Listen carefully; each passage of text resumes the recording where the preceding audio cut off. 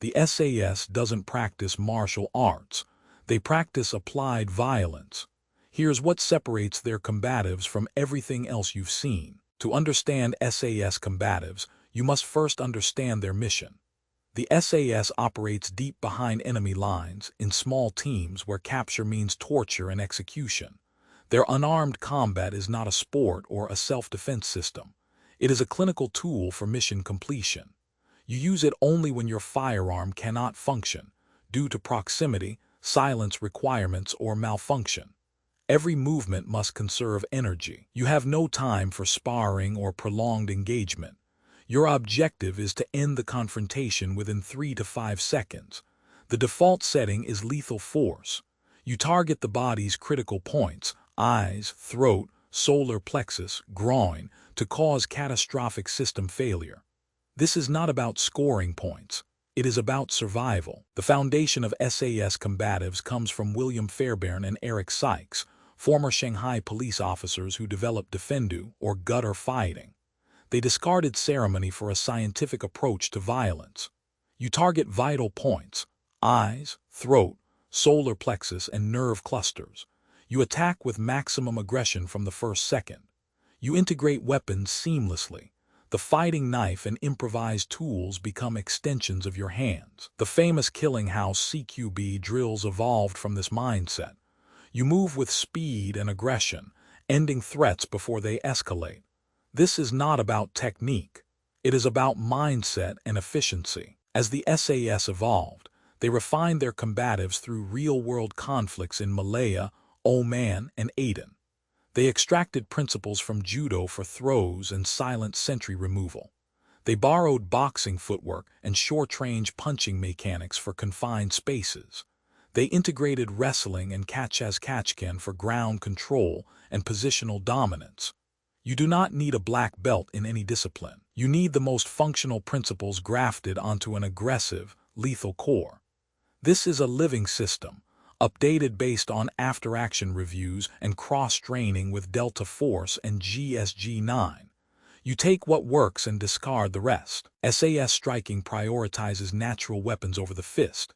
You use the hammer fist and palm heel to avoid hand injury, critical when you need to operate a weapon. Elbows and knees deliver devastating close-range damage. Forearm strikes clear limbs, strike the throat, or crush against surfaces. Headbutts are a primary weapon, not a last resort. You attack with minimal telegraphing. You target the body's vulnerable points, eyes, throat, solar plexus, groin, and nerve clusters. Your goal is to cause structural collapse or unconsciousness within seconds. This is not about scoring points. It is about ending the fight. SAS combatives uses trapping and control techniques adapted from Wing Chun and other close-range systems. You strip away complexity. Your goal is to momentarily bind an opponent's limbs to create an opening for a lethal strike or weapon access.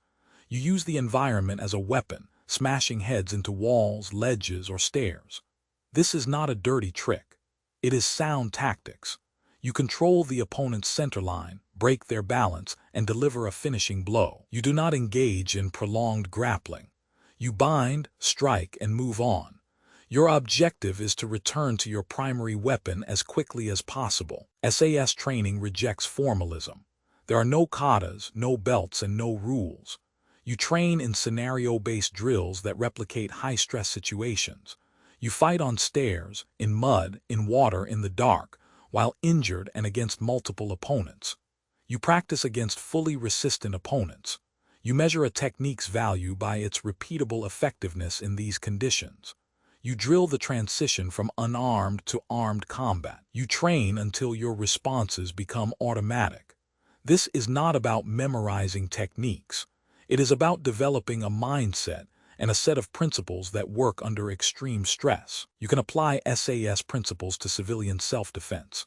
Prioritize situational awareness and avoidance. Your primary weapon is your ability to escape. If you must fight, target vital points with maximum aggression. Use natural weapons, palm, heels, elbows, knees. End the confrontation quickly. Do not engage in prolonged exchanges. Use the environment, walls, furniture, the ground, to your advantage. Train scenario-based drills, not katas. Measure your training by its effectiveness under stress. This is not about becoming a fighter. It is about surviving a violent encounter and getting home. Train with purpose. Focus on what works under stress. Your goal is not to fight, it is to survive and return to your primary weapon.